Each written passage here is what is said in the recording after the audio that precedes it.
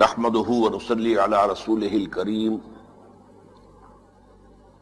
اما بعد فقد قال الله تبارك وتعالى كما ورد في سورة البقرة اعوذ بالله من الشيطان الرجيم بسم الله الرحمن الرحيم الله لا اله الا هو الحي القيوم لا تأخذه سنة ولا نوم له ما في السماوات وما في الأرض من ذا الذي يشفع عنده إلا بإذنه يعلم ما بين أيديهم وما خلفهم ولا يحيطون بشيء من علمه إلا بما شاء وسع كرسيه السماوات والأرض ولا يؤوده حفظهما وهو العلي العظيم وقال عز وجل كما ورد في سورة الشورى ليس كمثله شيء وقال عز وجل كما ورد في سورة الكهف ولا تقولن لشيء إني فاعل ذلك غدا إلا أن يشاء الله وقال تبارك وتعالى كما ورد نفس السورة ولولا إذ دخلت جنتك قلت ما شاء الله لا قوة إلا بالله صدق الله العظيم رب اشرح لي صدري ويسر لي أمري واحلل عقدة من لساني يفقهوا قولي اللهم ربنا ألهمنا رشدنا واعذنا من شرور أنفسنا اللهم أرنا الحق حقا وارزقنا اتباعه وأرنا الباطل باطلا وارزقنا اجتنابه اللهم انا نعوذ بك من الشك والشرك اللهم ربنا لا تجعلنا من المشركين آمین یا رب العالمین۔ گزشتہ نشست میں آپ کو یاد ہوگا کہ شرک فی الذات کا مضمون مکمل ہو گیا تھا، اور پھر ہم نے کچھ ابتدائی گفتگو کی تھی شرک فی الصفات کے بارے میں۔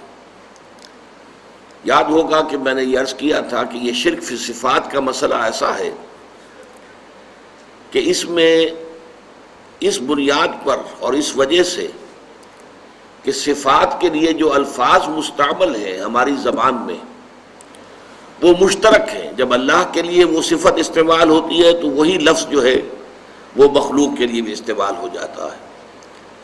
اللہ کے پاس علم ہے، وہ عالم ہے، علیم ہے، انسان بھی علیم ہے، عالم ہے، بلکہ علامہ بھی ہے، تو گویا کہ لفظ مشترک ہے۔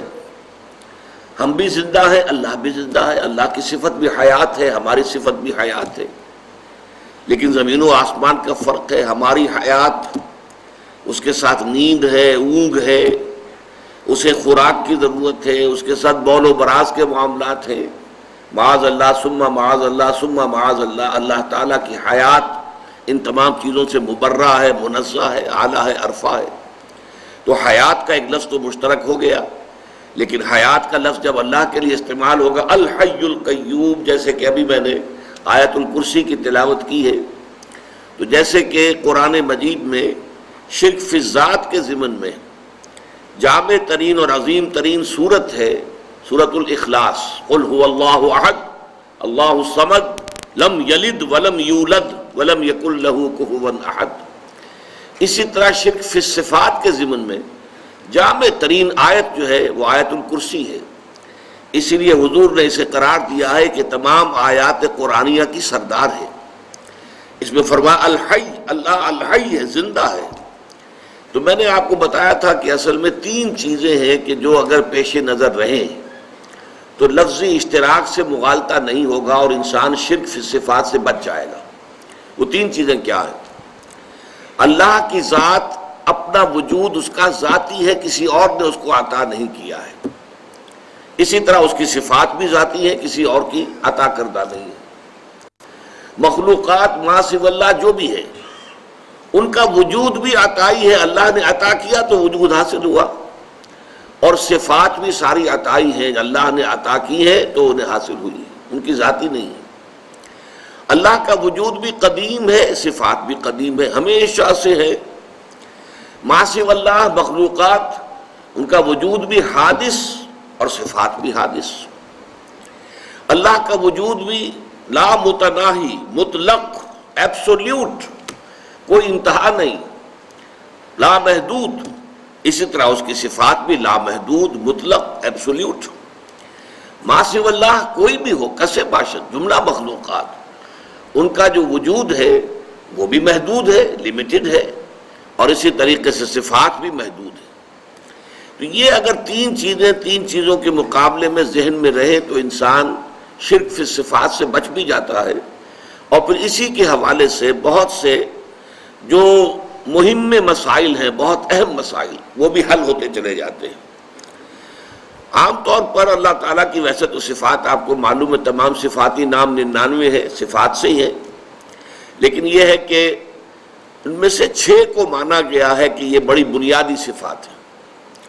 نمبر 1 وجود، اللہ کا وجود ہے، ہمارا بھی ہے، کائنات کا بھی ہے، وہی اشتراک لفظی آپ نوٹ کریں گے. پھر وجود، اس کے بعد نمبر 2 صفت حیات، نمبر 3 علم، نمبر 4 قدرت، نمبر 5 ارادہ یا مشیت، نمبر 6 کلام. یہ اللہ تعالیٰ کی 6 بنیادی صفات ہیں. باقی ساری صفات جو ہے وہ انہی کی کرولریز ہیں، فروع ہیں. جیسے اللہ علیم ہے، سمیع ہے، بصیر ہے، خبیر ہے. اب یہ ساری کیا ہیں؟ اسی علیم ہی کی در حقیقت کیفیات ہیں. سننے والا، جاننے والا، دیکھنے والا اور باخبر، تو یہ سب علیم کے اندر آ گیا. اسی طریقے سے وہ قدیر ہے، قادر ہے، وہی رافع ہے، وہی خافض ہے، وہی باسط ہے، وہی ہے در حقیقت محیی، زندہ کرنے والا، وہی ہے ممیت، موت طاری کرنے والا. اس اعتبار سے تمام جو اس کی قدرت کے مختلف پہلو ہیں وہ آپ کو اسماء میں نظر آ جائیں گے. تو یہ جو 6 صفات ہیں اللہ تعالیٰ کی کہ جو بنیادی ہیں، اب ان کے حوالے سے ہم نے ایک مسئلہ کسی قدر حل کر لیا تھا. یہ علم غیب کا مسئلہ جو ہے نبی اکرم صلی اللہ علیہ وسلم کے لیے یا کسی اور ولی اللہ کے لیے یا کسی اور نبی کے لیے یا ملائکہ کے لیے، تو پہلی بات تو یہ ہے کہ ان 3 تحدیدات کے اندر چنانچہ میں نے آپ کو بتایا تھا کہ بریلوی مکتب فکر کے، اب تو خود بہت بڑے عالم ہیں وہ اپنے علاقے میں، منٹگمری میں، جو اب سائیوال کہلاتا ہے. میں یہ بات کر رہا ہوں آج سے کوئی 40 سال پہلے کی کہ میں نے ان سے گفتگو کی تھی. تو انہوں نے کہا کہ حضور کے علم کے بارے میں ہم 3 باتیں مانتے ہیں. اپنی انہوں نے کتابیں لا کے حوالے دیے کہ دیکھیے لکھا ہوا یہاں پر یہ ساری چیزیں، میں صرف آپ سے کہہ نہیں رہا بلکہ ہمارے ہاں جو مستند عقائد ہیں ان میں لکھا ہوا ہے. حضور کا علم ذاتی نہیں ہے، عطائی ہے. حضور کا علم قدیم نہیں ہے، حادث ہے. حضور کا علم کل نہیں ہے، تمام نہیں ہے، غیر محدود نہیں ہے، محدود ہے. میں نے کہا اگر آپ یہ 3 باتیں مانتے ہیں تو میرا جھگڑا تو آپ سے ختم ہو گیا. باقی ایک لفظی بحث باقی رہ جاتی ہے. غیب کی ایک ڈیفینیشن یہ کر لی گئی ہے کہ غیب کا علم وہ ہے جو از خود حاصل ہو جائے. تو از خود تو کسی مخلوق کو کوئی علم حاصل نہیں ہوتا. فرشتوں کا قول قرآن مجید میں موجود ہے. کہا گیا کہ اچھا اب نام بتاؤ جو آدم نے بتائے ہیں، تم بتاؤ. انہوں نے کیا کہا؟ سبحانک لا علم لنا الا ما علمتنا، تو پاک ہے اور ہمیں تو کوئی علم حاصل نہیں ہے سوائے اس کے جو تو نے ہمیں سکھایا ہے. ظاہر بات ہے کہ ہمارا علم کل کا کل عطائی ہے، تیرا عطا کردہ ہے. ابھی آیت الکرسی کی جو میں نے تلاوت کی، اب اس میں دیکھیے کہ مخلوقات کا علم اور اللہ کے علم کو مقابلے میں لائے ہیں. قرآن مجید فلسفیانہ اصطلاحات اور علم کلام کی اصطلاحات میں بات نہیں کرتا، بات اپنی کر دیتا ہے واضح لیکن سادہ الفاظ میں.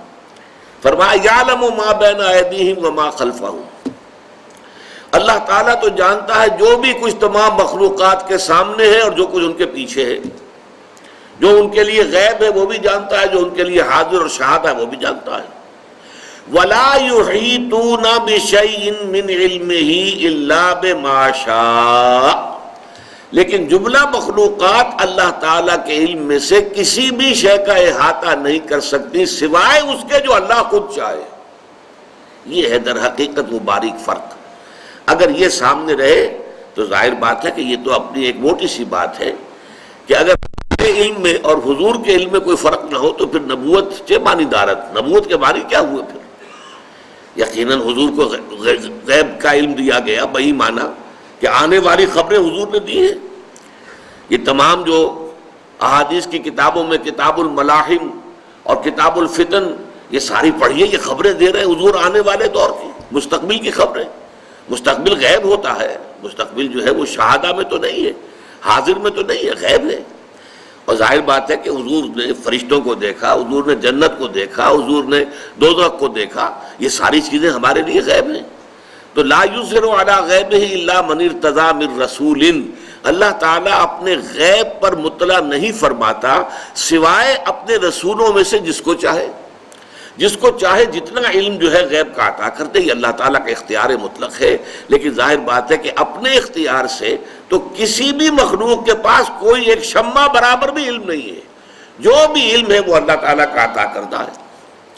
اچھا، اب اسی میں آگے چلیے، ایک مسئلہ ہمارے ہاں وحدت الوجود وحدت الشہود کا ہے۔ اگرچہ یہ مسئلہ خالص فلسفیانہ ہے، اسے دین کا اور عقائد کا مسئلہ نہیں سمجھنا چاہیے، لیکن یہ ہے کہ وجود جو ہے مشترک ہے، اللہ کا وجود ہے، ہمارا بھی وجود ہے۔ تو جس طریقے سے ہم علم کے مقابلے میں کہیں گے کہ اللہ کے علم کے مقابلے میں مخلوق کا علم نہ ہونے کے برابر ہے، محدود ہے، عطائی ہے، اس کا دیا ہوا ہے، حادث ہے، تو نہ ہونے کے برابر۔ چنانچہ آپ میں سے بہت سے حضرات کو یاد ہوگی دعائے استخارہ، جو اس کے بارے میں آتا ہے، صحابہ کرام بتاتے ہیں کہ ہمیں اس طرح حضور نے یہ دعا تلقین فرمائی اور یاد کرائی جیسے کہ قرآن مجید ہمیں پڑھایا اور یاد کرایا۔ اللہم انی استخیرک بعلمک واستقدرک بقدرتک واسألک من فضلک العظیم فإنک تقدر ولا اقدر وتعلم ولا اعلم وانت علام الغیوب۔ اے اللہ، تجھے قدرت حاصل ہے، مجھے کوئی قدرت حاصل نہیں، تجھے علم حاصل ہے، مجھے کوئی علم حاصل نہیں۔ ظاہر بات ہے کہ اس کے یہ معنی تو نہیں ہے کہ کوئی علم حاصل نہیں، نفی مطلق کیسے ہو جائے گی؟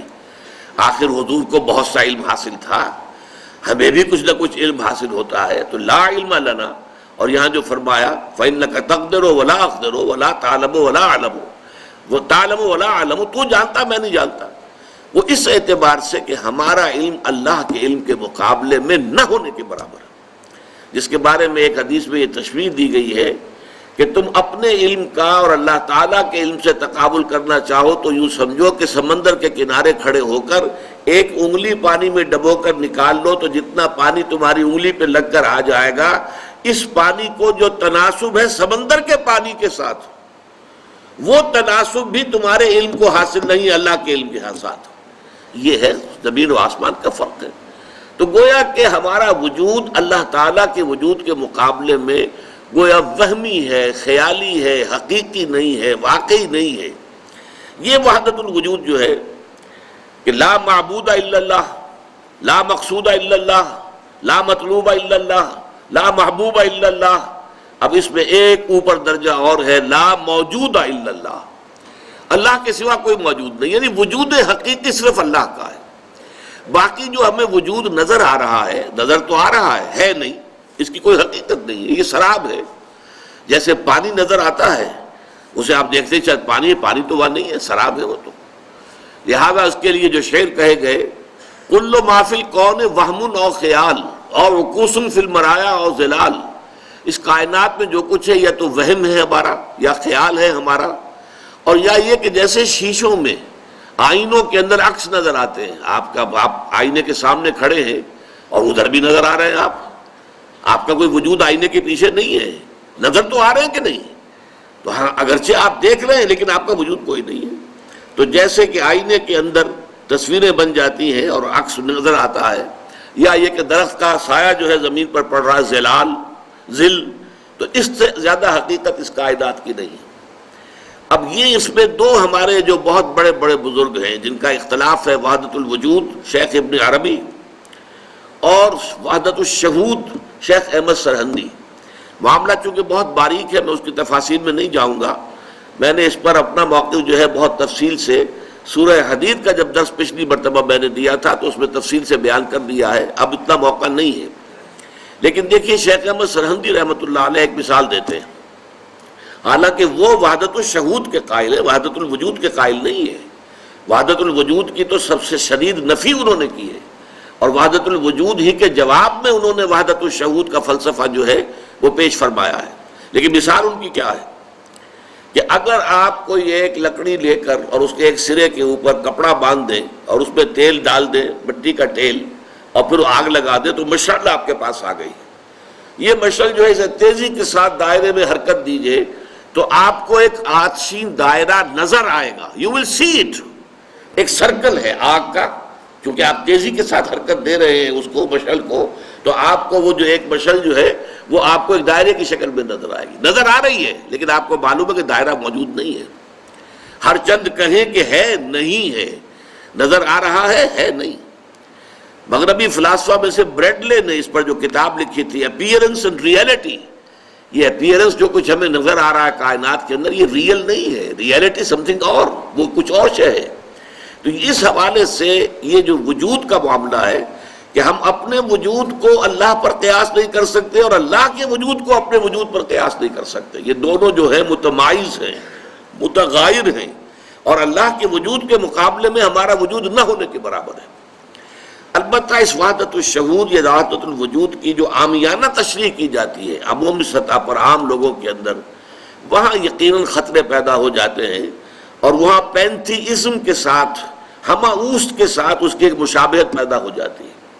یہی وجہ ہے کہ ہمارے بہت سے ائمہ نے، امام ابن تیمیہ رحمۃ اللہ علیہ نے بڑی شدت کے ساتھ جو ہے مخالفت کی ہے اور نفی کی ہے وحدت الوجود کی، اور اسی انداز میں جو ہے شیخ احمد سرہندی نے وحدت الوجود کی نفی کی ہے، اس لیے کہ وحدت الوجود کی تعبیر جو ہے باریک ہو کر پینتھیزم کے ساتھ جا کر مل جاتی ہے، ہماوست کے ساتھ۔ اس حوالے کو یوں سمجھنا چاہیے کہ در حقیقت اس میں زمین و آسمان کا فرق یوں ہے، پینتھیزم میں کائنات کو حقیقی مانتے ہیں، اللہ اس کائنات میں گم ہو گیا ہے، اللہ نے یہ شکل اختیار کر لی، اب اللہ کا وجود علیحدہ نہیں ہے، اللہ اس کائنات میں گم ہو گیا، حل ہو گیا، جیسے نمک پانی میں حل ہو گیا، اب کہاں نمک آپ کو نظر آئے گا، یا چینی تھی پانی میں حل ہو گئی۔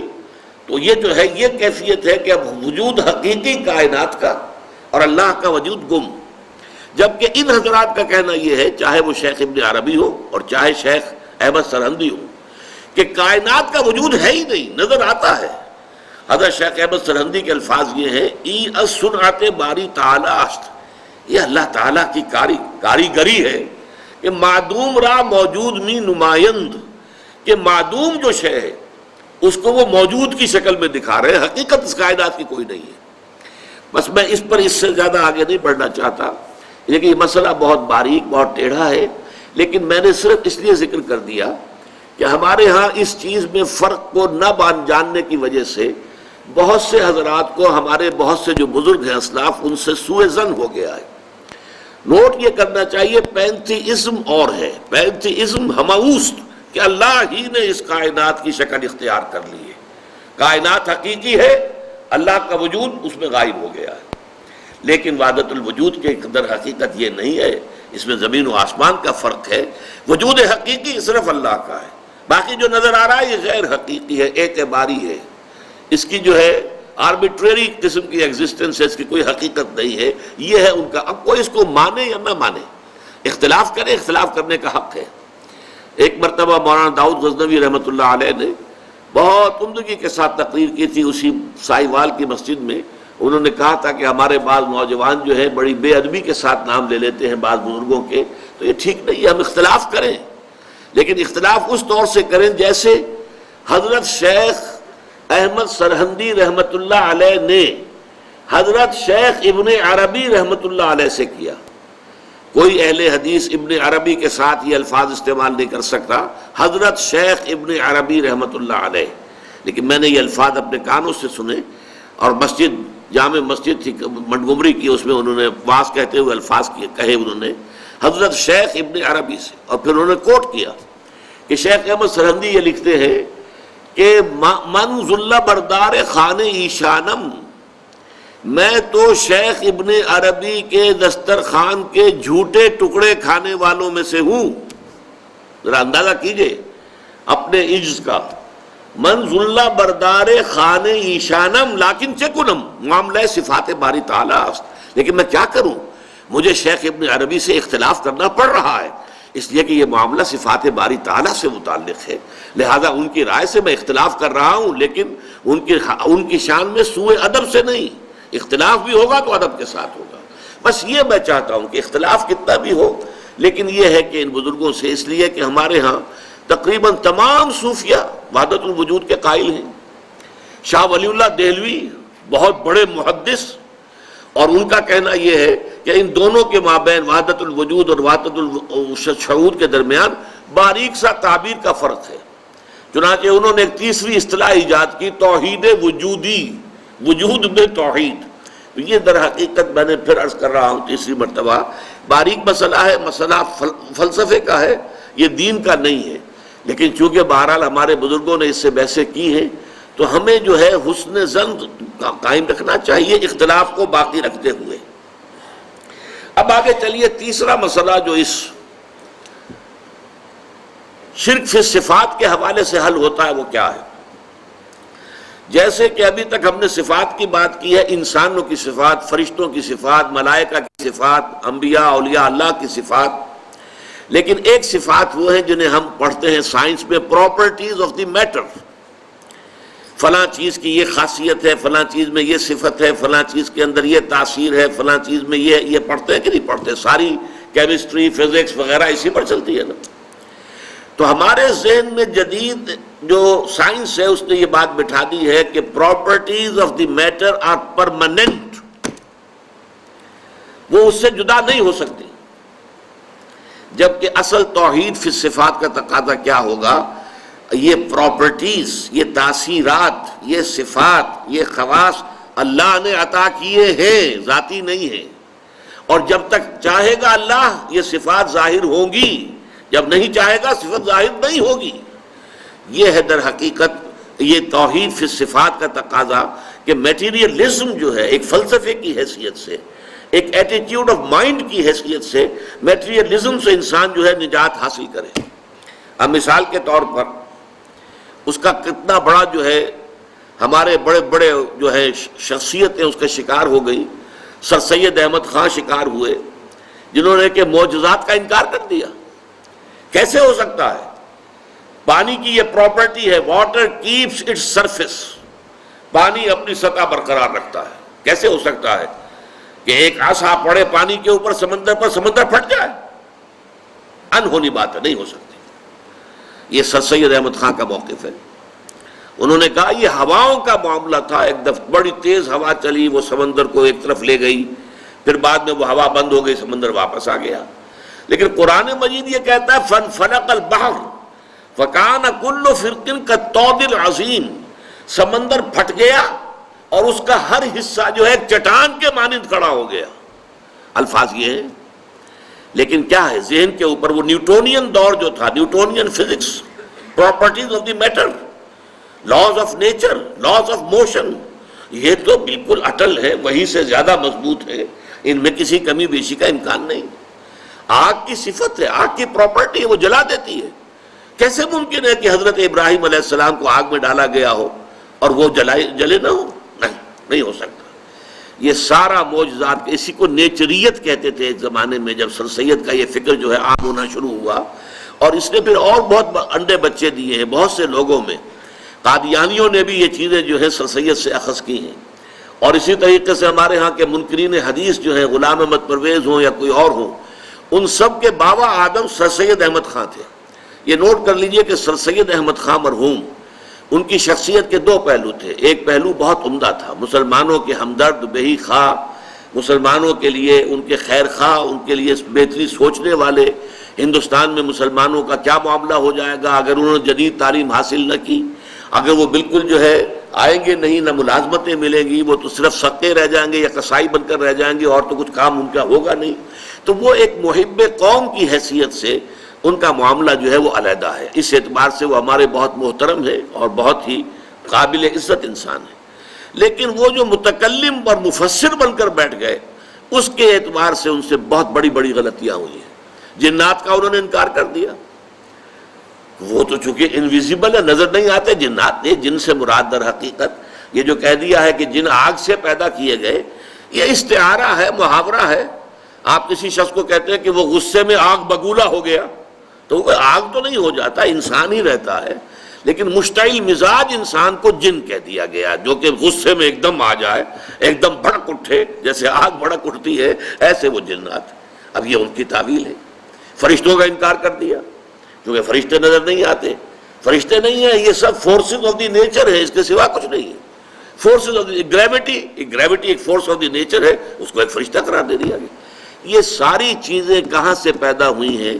اگرچہ آج وہ میٹیریلزم ختم ہو چکا ہے، فزکس کی دنیا سے بھی جب سے کہ دوسرا دور آیا ہے، آئنسٹائن کا دور آیا، ریلیٹیوٹی کا دور آیا، اس وقت سے یہ سارا معاملہ جو ہے بدل کر رہ گیا ہے۔ اب وہ نہیں ہے صورت، اب تو میٹر جو ہے، پہلے جب ہم پڑھتے تھے تو میٹر واز انڈسٹرکٹیبل، میٹر ختم ہو ہی نہیں سکتا، اور اب ہمیں معلوم ہے میٹر انرجی کے اندر تبدیل ہو جاتا ہے، میٹر کا وجود ختم ہو جاتا ہے، تحلیل ہو جاتا ہے، وہ انرجی بن گئی۔ پہلے یہ انرجی اور میٹر یہ علیحدہ کیٹیگریز تھیں سائنس کی، آج یہ ایک ہی ہے، انٹر کنورٹیبل ہے۔ تو اس اعتبار سے وہ جو نیوٹونین دور تھا فزکس کا، اس کے جو اثرات تھے ہمارے مفسرین پر، ہمارے علماء پر، اس میں معجزات کے انکار والی بات بھی آئی ہے۔ اسی مادے کی صلاحیتوں پر اعتماد اور توکل کرنا سے مادہ پرستی، عملی شرک کی ایک خفی شرک کی شکل پیدا ہوتی ہے کہ ہمارا جو ہے اپنی ذہانت، اپنی فطانت، اپنے علم اور ان چیزوں پر اور مادی اسباب و وسائل کے اوپر اعتماد اور زوم ہو جانا، یہ کام میں کل ضرور کر دوں گا، کیوں؟ مجھے معلوم ہے میرے پاس سارے وسائل اور ذرائع موجود ہیں، کل صبح مجھے ضرور جانا ہے، مجھے اسلام آباد جانا ہے، اور ظاہر بات ہے کہ میں نے ساری تیاری کر لی ہے، گاڑی کی جو ہے وہ سروس کروا لی ہے، اس میں پیٹرول کا جو ٹینک ہے وہ فل کرا لیا ہے، سب کچھ ہو گیا ہے، تو اب کوئی رکاوٹ نہیں ہے، صبح اٹھوں گا چل دوں گا، کیونکہ مادے پر پورا اعتماد ہے، مادی وسائل و اسباب پر پورا اعتماد ہے، پورا توکل ہے کہ یہ ساری چیزیں جو ہے موجود ہیں، تو ظاہر بات ہے کہ پھر میرے جانے میں کیا رکاوٹ آئے گی۔ لیکن اسی بات کو قرآن مجید میں سختی سے روک دیا گیا، وَلَا تَقُولَنَّ لِشَيْءٍ إِنِّي فَاعِلٌ ذَلِكَ غَدًا إِلَّا أَن يَشَاءَ اللَّهُ، ہرگز کبھی یہ نہ کہنا کہ یہ کام میں کل ضرور کر دوں گا، مگر اس استثناء کے ساتھ اگر اللہ نے چاہے سارے وسائل ہیں، سارے اسباب ہیں، سب کچھ موجود ہے، لیکن اس کام کے ہونے کا دار و مدار اللہ کے اذن پر ہے۔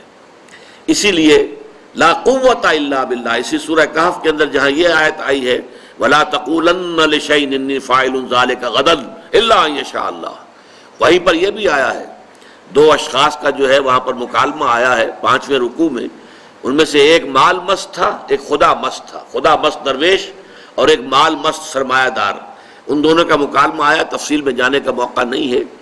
اس میں یہ ہے کہ وہ شخص کے 2 باغ تھے بڑے عمدہ، اس نے سارا بندوبست کیا ہوا تھا، اریگیشن کا پورا نظام تھا، انہوں نے کہا یہ میرا باغ کیسے ختم ہو سکتا ہے، ما ظن ان تبید ھذہ ابدا، کیا تم مجھ سے کہہ رہے ہو کہ اللہ کا شکر ادا کرو، اللہ کا حق ادا کیا کرو، دیکھو یہ چیزیں اللہ نے تمہیں دی ہیں، ایسا نہ ہو کہ اللہ چھین لے، یہ ما ظن ان تبید ھذہ ابدا، یہ تو میں نہیں سمجھتا کہ یہ جو میرا باغ ہے کبھی اجڑ بھی سکتا ہے، کبھی برباد بھی ہو سکتا ہے، میں نے سارے اسباب اس کے لیے تیار کر رکھے۔ اس کے جواب میں پھر کہا تھا اس نے، قال له صاحبه وهو يحاوره اكفرت بالذي خلقك من تراب ثم من نطفة ثم سواك رجلا لكن هو الله ربي ولا اشرك بربي احدا ولولا اذ دخلت جنتك قلت ما شاء الله لا قوة الا بالله، کیوں نہ ایسا ہوا کہ تم اپنے باغ میں جب داخل ہوئے تمہیں باغ کا منظر بڑا اچھا لگا، بہت عمدہ لگا، باغ جو ہے پھلوں سے لدا ہوا ہے، درخت جو ہے پھلوں سے لدے ہوئے ہیں، باغ میں بہار ہے، تو تم کہتے ماشاء اللہ، یہ سب کچھ اللہ کی مشیت سے ہے، اللہ کی قدرت سے ہے، اللہ کے کرم سے ہے، اللہ کے فضل سے ہے، اللہ کی دین سے ہے، لا قوت باللہ الا باللہ، اللہ کے بغیر کوئی طاقت نہیں، کسی شے میں کوئی تاثیر نہیں۔ چنانچہ یہی بات شیخ عبد القادر جیلانی رحمۃ اللہ علیہ، انہوں نے جو اپنے بچے کو وصیتیں کی تھی، جیسے کہ ہم نے پچھلے درس میں حضرت لقمان کی نصیحتیں جو انہوں نے اپنے بیٹے کو کی تھی وہ پڑھی ہیں، تو وصایا جو ہے شیخ عبد القادر جیلانی رحمۃ اللہ علیہ کی، ان میں ایک جملہ یہ بھی ہے کہ میرے بچے اس حقیقت کو ذہن نشین کر لے، لا فاعل فی الحقیقت ولا مؤثر الا اللہ، حقیقت میں کوئی مؤثر، کوئی فاعل اللہ کے سوا ہے ہی نہیں. تاثیر کسی شے میں نہیں ہوگی اگر اللہ نہیں چاہے گا. یہاں تک آتا ہے کہ ہر لقمہ جو تمہارے حلق سے نیچے اترتا ہے اللہ سے اذن کا طالب ہوتا ہے کہ میں اس شخص کے حق میں غذا کا کام دوں یا زہر بن کر لڑ جاؤں اسے. یہ اللہ تعالیٰ کے اذن کے بغیر نہیں ہوتا.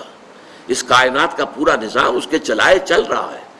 وہی ہے در حقیقت یدبر الامر من السماء الی الارض.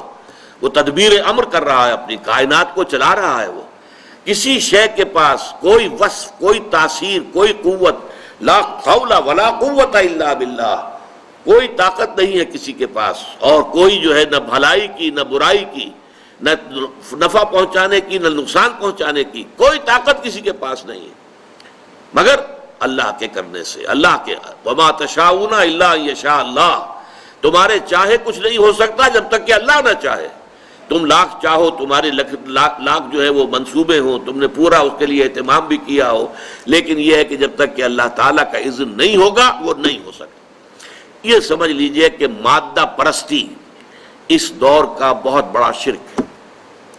میں نے ابتدا میں عرض کیا تھا کہ یہ شرک جو ہے ہر دور میں نئے بھیس میں آتا ہے، نئی شکل میں آتا ہے.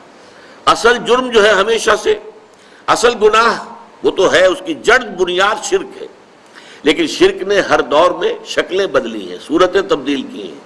اور اس کی صلاحیت ہونی چاہیے کہ آپ اپنے دور کے شرک کو پہچان سکیں.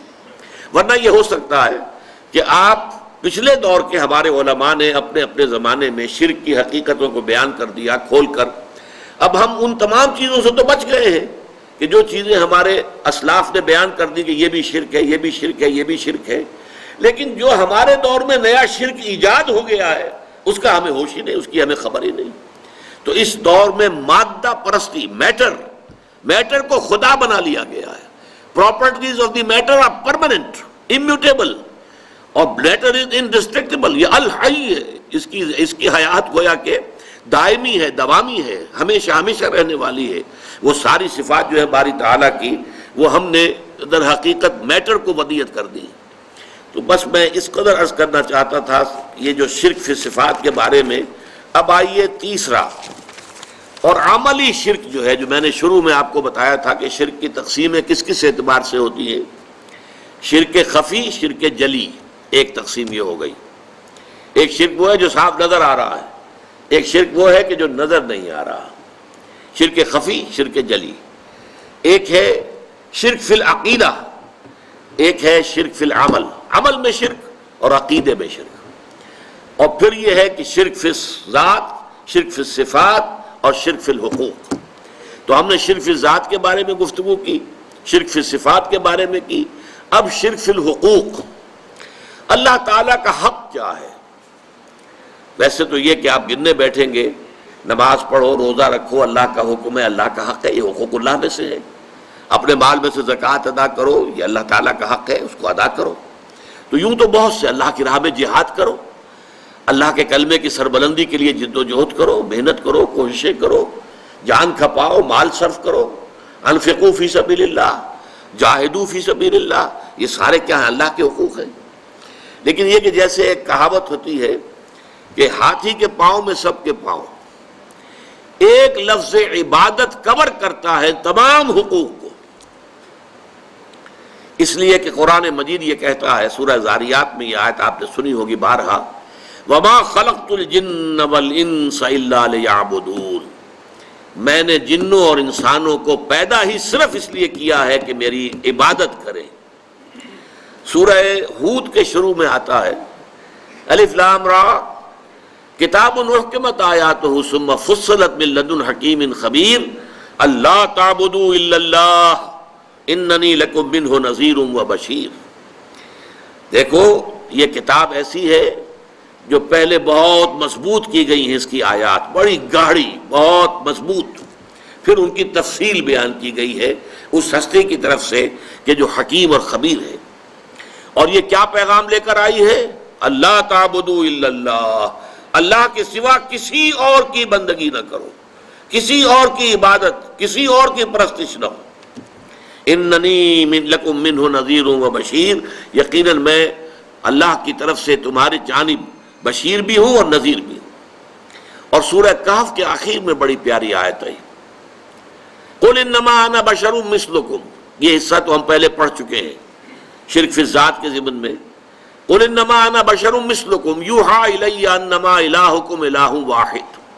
اے نبی کہہ دیجئے ان سے کہ دیکھو میں بھی تمہاری طرح کا ایک بشر ہوں، ہاں مجھ پر وحی ہوتی ہے، تم پر وحی نہیں آئی ہے، مجھ پر وحی آئی ہے. اور اس وحی کا مرکزی نقطہ کیا ہے؟ تمہارا الہ ایک ہی ہے، الہ واحد. اب آگے پڑھیے، فمن کان یرجو لقاء ربہ فلیعمل عملا صالحا ولا یشرک بعبادت ربہ احدا. تو جو کوئی بھی تم میں سے امیدوار ہے اپنے پروردگار سے ملاقات کا، اسے خیال ہے کہ جانا ہے ایک روز اللہ تعالیٰ کے حضور میں حاضری دینی ہے، حساب کتاب ہوگا، اس کے سامنے کھڑے ہونا ہوگا. اما من خاف مقام ربہ ونہى النفس عن الہوى، تو اسے کام دو کرنے چاہیے، عمل کرے اچھے اور اپنے رب کی عبادت میں شرک نہ کرے، اپنے رب کی عبادت میں کسی کو شریک نہ کرے. یہ شرک فی العبادت جو ہے یوں سمجھیے کہ یہ شرک فی الحقوق کی جامع ترین تعبیر ہو جائے گی. اگر عبادت میں سے شرک نکل جائے تو گویا کہ اللہ تعالیٰ کے حقوق جملہ پورے کے پورے صحیح ادا ہو جائیں گے. اب یہ عبادت کیا ہے؟ عبادت کا جو ایک تو ہمارے ذہنوں میں تصور جو ہے، ہمارا جو زوال کا عرصہ ہے، کئی صدیاں بیت گئیں، کوئی غیروں کے غلام رہے، کوئی اپنوں کے غلام رہے، شہنشائیت کا دور رہا، مسلمانوں کی شہنشائیت، اور پھر یہ کہ غیروں کی کولونیل دور آ گیا. ہوتے ہوتے عبادت کا تصور سکڑ کر رہ گیا. نماز، روزہ، حج، زکوٰۃ یہ عبادات ہیں، اللہ اللہ خیر صلی اللہ. حالانکہ عبادت کا مطلب کیا ہے؟ عبد سے بنا ہے، غلام جو ہمہ تن مطیع ہوتا ہے اپنے آقا کا، ہمہ تن ہمہ وقت، ہر وقت اسے حکم ماننا ہے. وہ امپلائی ریلیشن شپ نہیں ہوتا کہ 8 گھنٹے کی ڈیوٹی ہے صاحب، اس کے بعد میں جا رہا ہوں، السلام علیکم، میرا کام ختم ہو گیا. نہیں. یا آپ نے کسی کو رکھا تھا اینٹیں ڈھو رہا ہے یا کچھ اور مزدور ہے، شام کو وہ فارغ ہے، اس کے بعد وہ بھی آزاد ہے اور آپ بھی آزاد ہیں. آپ کا بھی ایک ہی ووٹ ہے، اس کا بھی ایک ہی ووٹ ہے. آپ اس ملک کے جو ہے شہری ہونے کے ناطے سے ایک دوسرے کے ساتھ برابر ہیں، آپ کو کوئی اونچا رتبہ حاصل نہیں. لیکن غلام اور آقا کا تو زمین و آسمان کا فرق. وہ مملوک ہے اور وہ مالک ہے. وہ مالک جو ہے جب چاہے اور جو چاہے حکم دے. اس غلام کا کام یہ ہے کہ مانے، رات کو حکم دے، دن میں حکم دے. اور اسی طریقے سے اگر وہ آقا جو ہے کوئی کوٹڑی دے دے کہ اس میں تم سو جایا کرو رات کو، تو وہ کوٹڑی کا مالک تو نہیں بن جاتا. کوٹڑی ملکیت تو رہتی ہے آقا کی، ہاں استعمال میں ہے. متاع الحیات الدنیا، دنیا کی زندگی کے برتنے کا سامان ہے بس. باقی یہ کہ ملکیت جو ہے وہ تو آقا کی ہے. اس تصور میں اللہ کی بندگی اور بہت خوبصورتی کے ساتھ ادا کیا شیخ سعدی رحمۃ اللہ علیہ نے. زندگی آمد برائے بندگی، زندگی بے بندگی شرمندگی. وما خلقت الجن والانس الا لیعبدون. یہ تو ہمیں زندگی ملی ہی عبادت کے لیے، لیکن یہ جو میں نے ہمہ وقت ہمہ تن اطاعت اللہ کی عبادت کا تقاضا بیان کیا ہے، یہ بھی ابھی مکمل نہیں ہے. اس میں ایک ایلیمنٹ کا اضافہ ہوگا تب یہ عبادت کا تصور مکمل ہوگا. اور وہ ایلیمنٹ یہ ہے، اطاعت مجبوری کے تحت بھی ہوتی ہے. ہم انگریزوں کی اطاعت کرتے تھے، مجبور تھے، کیا کریں، انہوں نے ہمیں فتح کر لیا، بزور شمشیر فتح کیا ہندوستان کو، اب ہم مجبور ہیں اس کا حکم ماننے کے اوپر. تو جبری جو اطاعت ہے وہ عبادت نہیں کہلائے گی. عبادت کے لیے ہوگی کہ وہ اطاعت محبت کے جذبے سے سرشار ہو کر کی جا رہی ہے، اللہ کی محبت کے جذبے سے سرشار ہو کر ہمہ تن ہمہ وقت ہمہ وجوہ اطاعت. اب یہ دونوں چیزیں جو ہیں عبادت کے دو جز ہو گئے. ایک جز اطاعت کلی، ہمہ وقت ہمہ تن ہمہ وجوہ، اور ایک محبت، اور محبت بھی شدید ترین. والذین آمنوا اشد حبا للہ. جو لوگ کے ایمان والے ہیں حقیقت میں، ان کی تو شدید ترین محبت اللہ سے ہوتی ہے. ان دونوں میں کیا رشتہ ہے، کیا تعلق ہے، کیا ریشیو پروپورشن ہے، اس کی خوبصورت ترین مثال یہ ہے کہ ایک ہمارا جسم ہے، یہ نظر آ رہا ہے، 2.5 من کا یہ جثہ ہے، یہ سب کچھ جو ہے سامنے ہے، ظاہر ہے، لیکن ایک اس کی جان ہے، وہ نظر نہیں آتی. اس جسم میں وہ جان نہ ہو تو یہ جسم گل جائے گا، سڑ جائے گا، جلد از جلد اس کو قبر میں اتارنا ضروری ہو جائے گا. وہ جان نظر آنے والی شے نہیں ہے، لیکن اس جسم کا سارا وجود اس جان کے اوپر منحصر ہے. وہ جان ہے تو یہ سب کچھ ہے، اور جان نکل گئی تو یہ کیا ہے؟ وہ تو پھر ایک عناصر ہے جو منتشر ہو جائیں گے، تھوڑا وقت لگے گا، اس کے بعد سب کے سب تحلیل ہو کر ختم ہو جائیں گے، یا جو حشرات الارض آ کر کھا پی جائیں گے اس کو. اسی طریقے سے سمجھ لیجئے کہ عبادت کا جو جسد ظاہری ہے وہ ہے اطاعت. اطاعت جب انسان کرتا ہے تو نظر آ جاتا ہے. آپ نے اللہ تعالیٰ کے حکم کے مطابق نماز پڑھی، نظر آ گیا آپ نے نماز پڑھی ہے. آپ نے اللہ تعالیٰ کے حکم کے مطابق روزہ رکھا ہے، سب کو معلوم ہو گیا کہ انہوں نے روزہ رکھا ہے. اطاعت نظر آتی ہے، لیکن اس محبت کا معاملہ کیا ہے وہ نظر نہیں آتی، وہ اندر کی شے ہے. لیکن اگر وہ محبت نہیں ہے تو یہ جسد ہے ایسے جسد کے مانند جس میں جان نہیں ہے. اطاعت جو ہے عبادت تب بنے گی جبکہ اس کے اندر محبت کی شیرینی، محبت کی حلاوت شامل ہو جائے. اللہ تعالیٰ کی محبت جو ہے وہ اس کے اندر رواں ہو، جاری و ساری ہو، سرایت کر جائے پورے وجود کے اندر، تب وہ عبادت بنے گی. اس کو بہت خوبصورتی کے ساتھ امام ابن تیمیہ کے شاگرد رشید حافظ ابن قیم نے بیان کیا ہے کہ العبادت تجمع اصلین، عبادت دو چیزوں کو، دو بنیادی چیزوں کو جمع کرنے سے وجود میں آتی ہے. وہ دو چیزیں کیا ہیں؟ غایت الحب مع غایت الذل والخضوع، حد درجے کی محبت اللہ کے ساتھ، حد درجے کی محبت، اور حد درجے میں اللہ کے سامنے اپنے آپ کو جھکا دینا، بچھا دینا، اپنے عجز اور تذلل، عاجزی، اطاعت گزاری، اطاعت شعاری، اس میں بھی انتہا کو پہنچ جانا.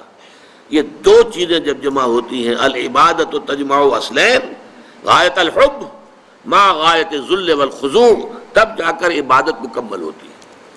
تو ہمیں توحید فی العبادت سمجھنی ہے، اور بڑا اہم موضوع ہے عبادت میں توحید کے معنی کیا ہے، اور اسی سے بات واضح ہو جائے گی کہ شرک فی الاطاعت، فی عبادت کیا ہے. لیکن ابھی تین پہلو اور عبادت کے نوٹ کر لیجئے تاکہ آپ کے پاس ہو کہ 5 اعتبارات سے ہمیں توحید فی العبادت یا شرک فی العبادت کو سمجھنا ہے. پہلی بات یہ کہ توحید فی الاطاعت ورسس شرک فی الاطاعت.